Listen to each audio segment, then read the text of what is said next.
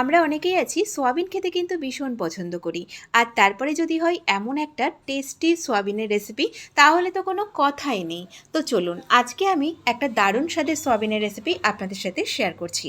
আর এটা ভাত রুটি দুয়ের সাথেই খেতে জাস্ট দারুণ লাগে। একটা বোলের মধ্যে আমি 100 গ্রাম মতো সয়াবিন নিয়েছি। আর এর মধ্যে দিয়ে দিলাম বেশ কিছুটা গরম জল। এখন এই সয়াবিনটাকে আমি 10 মিনিট মতো ঢেকে রেখে তারপরে জল থেকে ভালো করে চিপে তুলে নেব। আর এদিকে গ্যাসে একটা কড়াই বসিয়ে দিয়ে এর মধ্যে অল্প করে একটু সর্ষের তেল দিয়ে দিলাম। এখানে আমি দুটো মিডিয়াম সাইজের পেঁয়াজ কেটে নিয়েছি কিছুটা কাজু বাদাম, কাঁচা লঙ্কা রয়েছে, কয়েক কোয়া রসুন আর আদা। সব উপকরণ একটু বাদামি রং করে ভেজে নেব।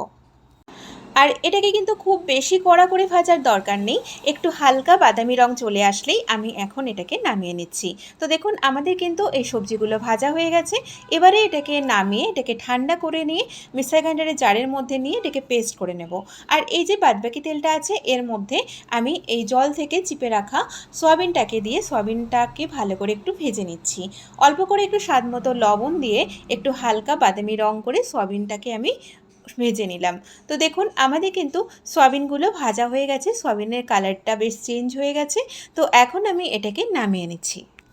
আমার আজকের এই সয়াবিনের রেসিপিটা বানানো যেমন সহজ, খেতে তেমন টেস্টি। তো আপনারা অবশ্যই একদিন বাড়িতে ট্রাই করবেন। তো এগুলো ঠান্ডা হয়ে গেছে, এখন একটা মিক্সার গ্রাইন্ডারের জারের মধ্যে নিয়ে নিলাম। আর এটাকে একটু স্মুথভাবে পেস্ট করে নেব। তার আগে এর মধ্যে দিয়ে দিলাম আমি 1 চামচ মতো একটু জিরে গুঁড়ো। আর অল্প করে একটু জল দিয়ে স্মুথভাবে এই মিশ্রণটাকে বানিয়ে নিচ্ছি। আর এদিকে কড়াইতে আবারও কিছুটা আমি সর্ষের তেল দিয়ে দিলাম এর মধ্যে গোটা গরম মশলা, এলাচ, দারচিনি, লবঙ্গ। এবারে এই যে মশলার পেস্টটা আমরা রেডি করে রেখেছিলাম সেটা দিয়ে দিলাম।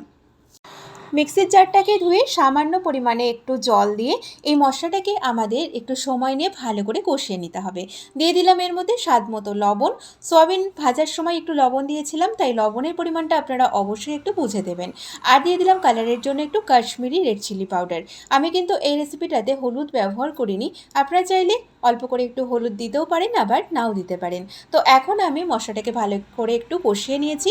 তারপরের মধ্যে দিয়ে দিলাম 1 টেবিল চামচ মতো টক দই।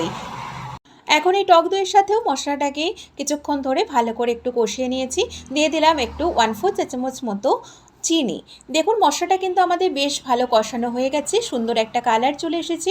এবারে ভেজে রাখা সয়াবিনটাকে দিয়ে মশলার সাথে আমাদেরকে একটু ভালো করে কষিয়ে নিতে হবে। আপনারা অবশ্যই একদিন বাড়িতে ট্রাই করবেন। আর এটা আপনারা রুটি, ভাত, পরোটা এগুলো সব কিছুর সাথেই কিন্তু সার্ভ করতে পারবেন। আর খেতেও হবে দুর্দান্ত। তো দেখুন আমাদের কিন্তু মশলার সাথে সয়াবিনটা বেশ ভালোভাবে কষানো হয়ে গেছে।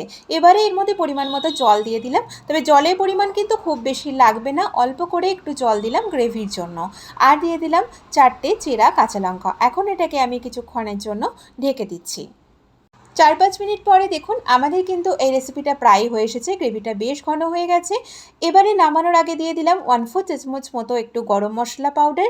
আপনারা চাইলে কিন্তু এর মধ্যে একটু কাসুরি মেথি দিতে পারেন, তবে আমি আজকে এটা ব্যবহার করছি না। তো আমাদের কিন্তু এই দারুণ স্বাদের সোয়াবিনের রেসিপি একদম তৈরি গরম গরম সার্ভ করার জন্য।